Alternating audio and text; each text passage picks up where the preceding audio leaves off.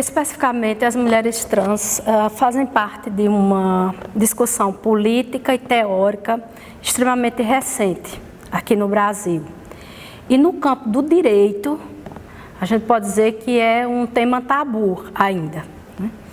Então, se historicamente o ser mulher, a concepção de mulher, seja numa perspectiva de gênero, biológica ou cultural, já é complicada, né? Falar então em mulher trans é um tanto próximo ainda ao século XIX, é como se a gente falasse de aberração. E no sistema carcerário, estrito sensu, que é extremamente masculinista, patriarcal, conservador, acho que representa o suprassumo, né, da intenção da objetividade do direito. Então, se nós temos problemas seculares envolvendo a condição do ser mulher na nossa sociedade, ser mulher e trans, ou ser mulher trans no Brasil, e especificamente o sistema carcerário, nos acena para um contexto histórico, político e teórico extremamente antiquado, obsoleto. Nos parece, como pesquisador e extensionista na área do sistema carcerário, que nós estamos vivendo ainda, nesse aspecto, um sistema simbólico de aberração.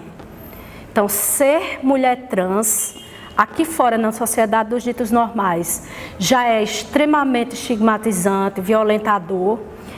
Vivenciar, então, a condição de ser mulher trans e estar presa é extremamente desumano. Ser mulher trans remete a uma condição que a gente pode dizer assim, a subjugação da subjugação, tá? Chega a faltar na nossa língua um conceito, palavras que possam definir essa condição, falta realmente de conceito de exclusão. Uma mulher que é presa já é extremamente renegada socialmente, porque ela feriu o princípio básico, que é o da honestidade, da passividade, da doçura, aspas, que nos é imposto.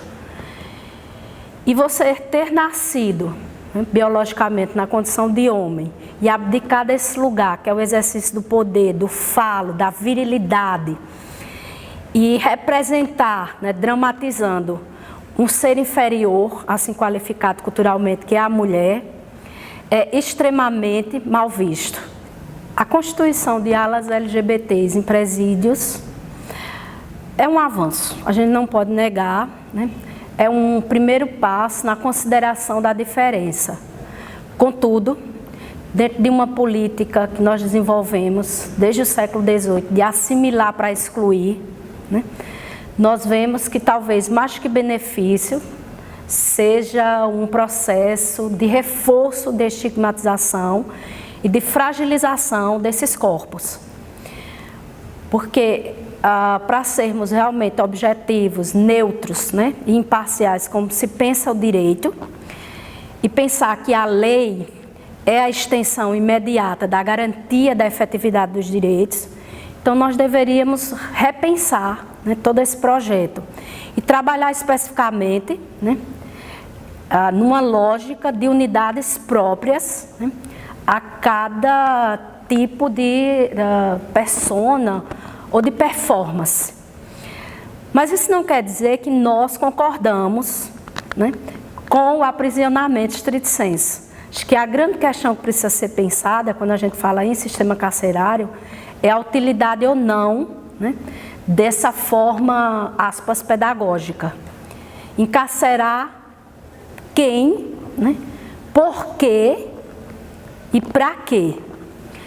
Então, se desde o século XVIII a gente sabe que o sistema é falho no sentido do seu ideário primeiro, que seria ressocializar, reintegrar, então nos parece que a recorrência a penas de prisão, elas têm um cunho muito mais ligado a uma perspectiva de elitismo do judiciário, de elitismo social, que está muito próximo a uma ideia de purificação de sociedade, políticas eugênicas.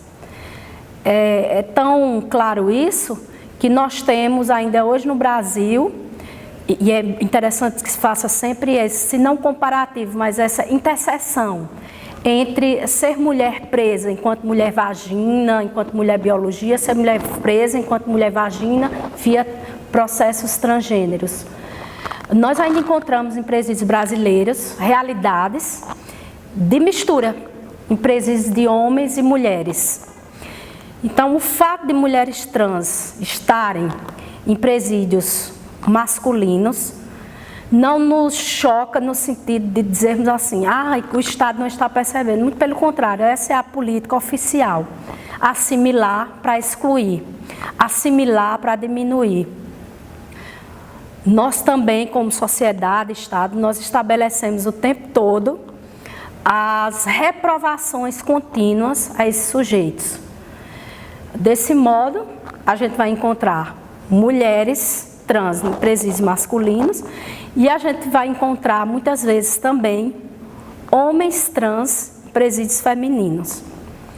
No segundo caso, o problema é menor, porque a convivência entre elas e eles se dá de modo mais cordial. A própria cultura nos forja, enquanto mulher, a sermos mais acolhedoras, receptivas. Contudo, pensar que se esse Estado estabeleceu primados específicos sobre o que é ser mulher, o que é ser homem, e mais contemporaneamente, já no 21, aceita trabalhar e constituir lei específica ou normativa sobre o ser mulher trans, ser homem trans. Agora, são grupos específicos no campo da rotulação, principalmente do objetivismo do direito.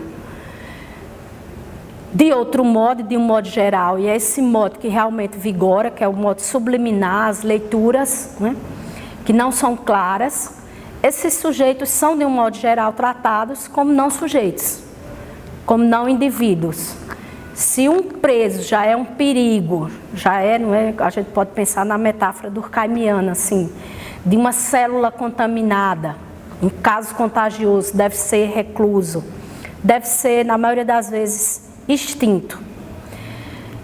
Calculemos, então, a condição de sujeitos que desviam no desvio, né? Que, para além de cometerem atos infracionais ou de entrar em conflito com a lei, entram em conflito com a própria concepção do ser homem e mulher nessa sociedade. E essas políticas de reconhecimento, elas são, por um lado, políticas que trazem visibilidade a essas personas, a essas performances possíveis, mas ao mesmo tempo elas são uma armadilha muito perigosa, porque primeiro nós temos que nos submeter às normativas do discurso médico e jurídico. Então, ser trans hoje passa por um processo extremamente, podemos dizer, medievalesco. Preciso passar 2 anos no tratamento com diversos profissionais, sendo inclusive, ou tendo seu corpo, né, invadido por hormônios, sua mente sendo devastada por assistentes sociais, psicólogos, para que no final desse processo, e no Brasil hoje só tem um centro de saúde trabalhando em processo de transgenitalização, para que no final de 2 anos essa equipe chegue e diga, não, você está apto a ser mulher, ou você está apto a ser homem, desconsiderando completa e totalmente a condição de psique ou de performance no mundo de cada indivíduo.